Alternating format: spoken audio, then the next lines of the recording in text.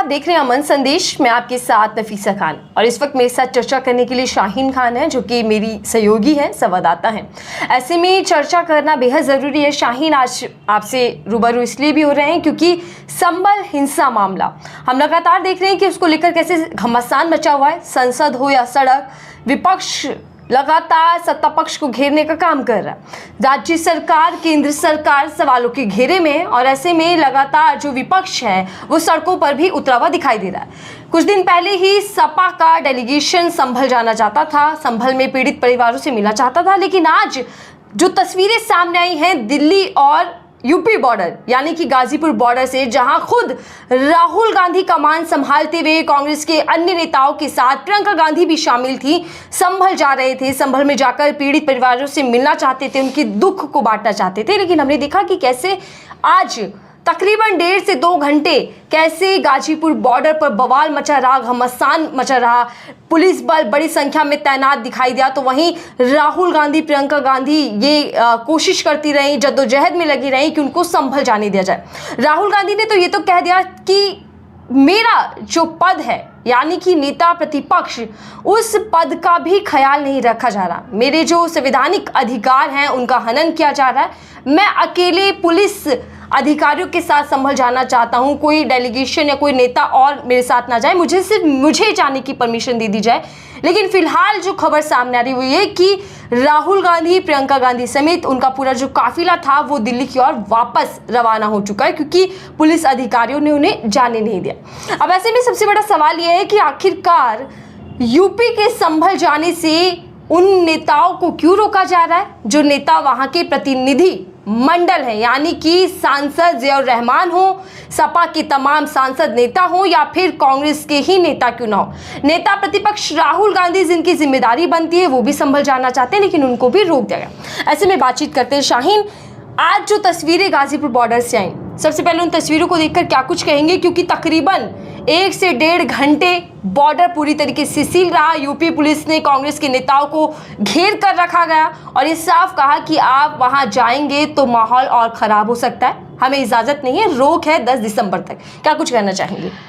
देखिए, बिल्कुल, बहुत बहुत शुक्रिया नफीसा जी। देखिए, आज आप भारतीय परिवेश में अगर इस घटना को देखेंगे तो आमतौर पर जब किसी के परिवार में कोई किसी को खो देता है या कुछ हो जाता है तो ये भारतीय संस्कृति है कि हम लोग वहाँ पर शोक जताने के लिए, धांधसा बधाने के लिए जाते हैं। और राहुल गांधी बतौर प्रतिपक्ष के नेता होते हुए यही करना चाहते हैं, क्योंकि संसद इस समय चल रही है और संसद के अंदर बेहद ज़रूरी मुद्दे उठाना उनका कर्तव्य बनता। तो राहुल गांधी वही सोचते हुए, क्योंकि वो एक संवैधानिक पद पर है, कोशिश करते हैं कि आज जो लोग संभल के अंदर जो पीड़ित परिवार है उनसे मिला जा सके, वहाँ पर अभी क्या सिचुएशन है, क्या हालात है, उनके जायज़ा लिया जा सके। और देखिए, शुरुआत होती है, इसकी शुरुआत जब राहुल गांधी या कांग्रेस की तरफ से ऐलान किया जाता है कि संभल जाना है, तो उसी से शुरुआत हो जाती है। उत्तर प्रदेश के डीएम दिल्ली और आसपास के डीएम को चिट्ठी लिख देते हैं और साफ तौर पर कह देते हैं कि राहुल गांधी को इस और आने नहीं देना चाहिए। कई चिट्ठियां आती हैं। अब सवाल ये उठता है कि आखिरकार राहुल गांधी को रोकने के पीछे क्या मंशा है। जब उत्तर प्रदेश में लगातार ये हिंसा होती है तो उसके बाद कई विपक्षी दल के नेता वहां जाने की कोशिश करते हैं और एक के बाद एक सभी को वहां पर रोक दिया जाता है। कभी धारा 163 जो BNS के हिसाब से है और धारा 144, ये धाराएं लगा करके कि यहाँ पर अभी जो है सिचुएशन ठीक नहीं है, हम कोशिश कर रहे हैं, हालात बिगड़ सकते हैं। शेडो प्रधानमंत्री की उनकी आप कह सकते हैं कि एक तरीके से उनकी इमेज देश के अंदर है और उसी को देखते हुए वो जाते हैं कि शायद मुझे जाने दिया जाए। अब देखिए, जब बॉर्डर पर राहुल गांधी पहुंचते हैं तो तमाम पूरा काफिला शासन प्रशासन का वहां दिखता है। उत्तर प्रदेश पुलिस की बड़े बड़े आला अधिकारी वहां पर दिखते हैं और सभी की कोशिश होती है कि राहुल गांधी आगे की तरफ ना बढ़ जाए। अब ऐसे में नेगोशिएशन का पार्ट आता है। राहुल गांधी की तरफ से नेगोशिएट किया जाता है कि ठीक है, आप हमारा काफिला रोक रहे, क्योंकि राहुल गांधी के साथ पूरा काफिला था, उनके खेमे के कई MP भी थे। तो राहुल गांधी के काफिले की तरफ से कोशिश की जाती है कि आप अगर काफिले को नहीं जाने देना चाहते हैं तो 5 लोगों को इजाजत दे दीजिए, उसमें जिसमें अन्य को इजाजत दे दीजिए। लेकिन बात उस पर भी नहीं बनती तो राहुल गांधी प्लान 3 लेकर के आते हैं, प्लान सी लेकर के आते हैं कि ठीक है, आप अगर चाहते हैं कि पूरी व्यवस्था बनी रहे तो मैं अकेला वहां पर जाने के लिए तैयार हूँ, आपकी गाड़ी में जाऊंगा, लोगों से मिलूंगा और वापस आ जाऊंगा। लेकिन उत्तर प्रदेश की तरफ से कई बातें, कई हवाला देते हुए, कई कारणों का हवाला देते हुए उनको रोक दिया जाता है। लेकिन उसके बाद राहुल गांधी और प्रियंका गांधी दोनों ही मिलकर के कई सवाल वहां पर खड़ा करते हैं। मैं वो आपको बता देती हूँ। देखिए, राहुल गांधी की तरफ से कहा गया कि हम संभल जाने की कोशिश कर रहे हैं, पुलिस मना कर रही है। नेता विपक्ष होने के नाते मेरा अधिकार है वहां जाने का, लेकिन तब भी जाने नहीं दिया जा रहा है।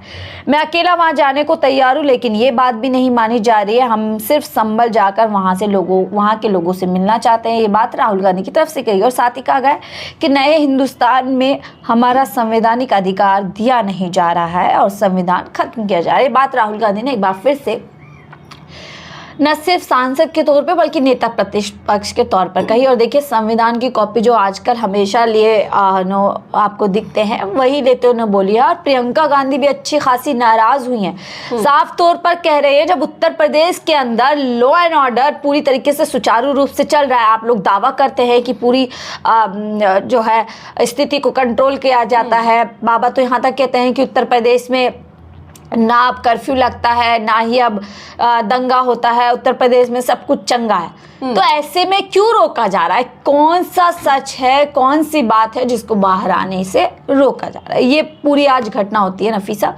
तो यही सवाल बने हुए हैं। लेकिन शाहीन, सवाल ये भी है ना कि देखिए, ये अचानक तो हुआ नहीं कि उनका डेलीगेशन जा रहा था और गाजीपुर बॉर्डर पे रोक दिया गया, पुलिस प्रशासन तैनात हो गया। ये तो पहले से ही सूचना मिल चुकी थी। ये तो पहले से ही जिला अधिकारियों को आदेश दे दिए गए थे कि कोई भी डेलीगेशन, कोई भी भारी व्यक्ति, नेता हो या आम व्यक्ति हो, वो संभल नहीं जा सकता 10 तारीख तक। फिर राहुल गांधी अपने काफिले के साथ क्यों निकल पड़ते हैं? क्या वो अपनी राजनीति चमका रहे हैं? क्या ये सब कुछ एक मौका है अपनी सियासत चमकाने का? ये आरोप भी लग रहे हैं। नहीं, देखिए नफीसा जी, इसको हमें इस तरीके से समझना होगा क्योंकि राहुल गांधी नेता प्रतिपक्ष और लगातार तमाम मुद्दों पर वो चर्चा करते हुए संसद के अंदर नजर। अब जब संसद चल रही है, ऐसे में विपक्ष की पूरी कोशिश है कि इस होते हैं वो बाकी लोगों से अलग होते हैं, उनको रोका नहीं जा सकता इस तरह से। उनका संवैधानिक पद है, संवैधानिक अधिकार है कि उनको अलाउ किया जाए कि वो पीड़ितों से मिलने जाएं। उन्होंने ये भी कहा कि मैं अकेला चले जाऊंगा, यूपी की पुलिस के साथ मैं अकेला चले जाऊंगा, मुझे अकेला ले जाइए। वो भी करने के लिए तैयार नहीं है। पुलिस वालों के पास कोई जवाब नहीं है। शायद उत्तर प्रदेश की स्थिति क्या ये है कि आप इतना भी नहीं संभाल सकते, तो फिर आप इतना गर्व से क्यों कहते हैं कि लॉ एंड ऑर्डर आपने संभाल रखा है यूपी में? तो नेता प्रतिपक्ष है, उनका संवैधानिक अधिकार है, उनको मिलना चाहिए, उनको इजाजत देनी चाहिए थी जाने की। जाने को तैयार हूँ, पुलिस के साथ जाने को तैयार हूँ, मगर उन्होंने वो भी बात एक्सेप्ट नहीं की और अब कह रहे हैं कि कुछ दिनों में अगर हम वापस आएंगे तो फिर वो हमें जाने देंगे। तो ये एक्चुअली जो एलओपी के अधिकार हैं उसके खिलाफ है। मुझे अलाउ करना चाहिए। कॉन्स्टिट्यूशन है ना, हम तुम्हारे साथ, ये कॉन्स्टिट्यूशन के खिलाफ है।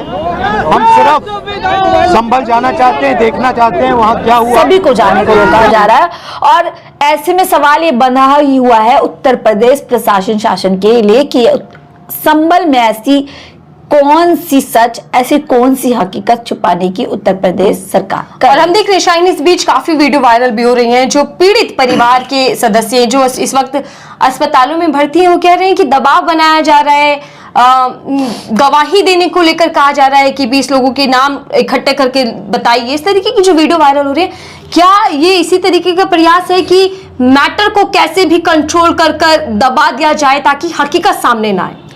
देखिए, कभी भी जब ऐसे पुलिस प्रशासन होता है, उसकी कोशिश यही रहती है कि कैसे अपनी जिम्मेदारी को जल्द से जल्द जो है दूसरों के उस पे थोप दिया जाए। और उत्तर प्रदेश में भी यही कोशिश हो रही है।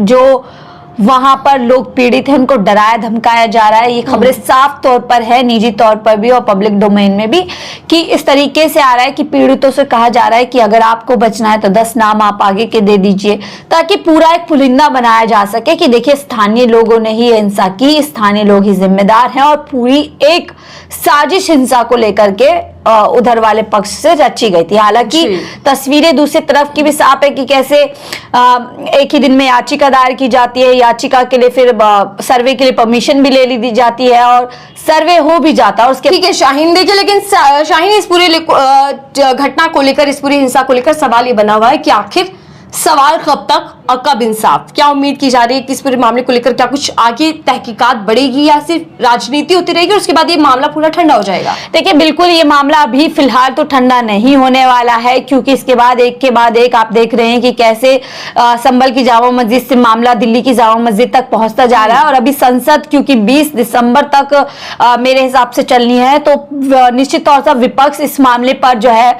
सत्ताधारी लोगों को घेरने वाला है और सत्ताधारी लोगों का जवाब इस मामले पर मुझे नहीं लगता कि बन पाएगा और उत्तर प्रदेश सरकार भी आगे इस पूरे मामले पर जबरदस्त तरीके से घिरने वाली है। ठीक है, धन्यवाद हमसे बातचीत करने के लिए, शाहीन हमारे साथ जुड़ने के लिए और समझाने के लिए हमारे दर्शकों को कि आखिरकार राजनीति में हो क्या रहा है। बहरहाल आप लोगों की राय क्या है साझा कीजिएगा, बताइएगा कि क्या विपक्ष इस पूरे मुद्दे को लेकर राजनीति कर रहा है या फिर सत्ता पक्ष हकीकत को छुपाना चाहता है और सत्ता पक्ष इस पूरे मामले से किनारे से बच कर निकलना चाहता है? क्या है संभल की कहानी, आप क्या समझ रहे हैं अभी तक की पूरी घटनाक्रम को लेकर? हमसे साझा कीजिएगा, कमेंट बॉक्स में बताइएगा। फिलहाल की दीजिए इजाजत।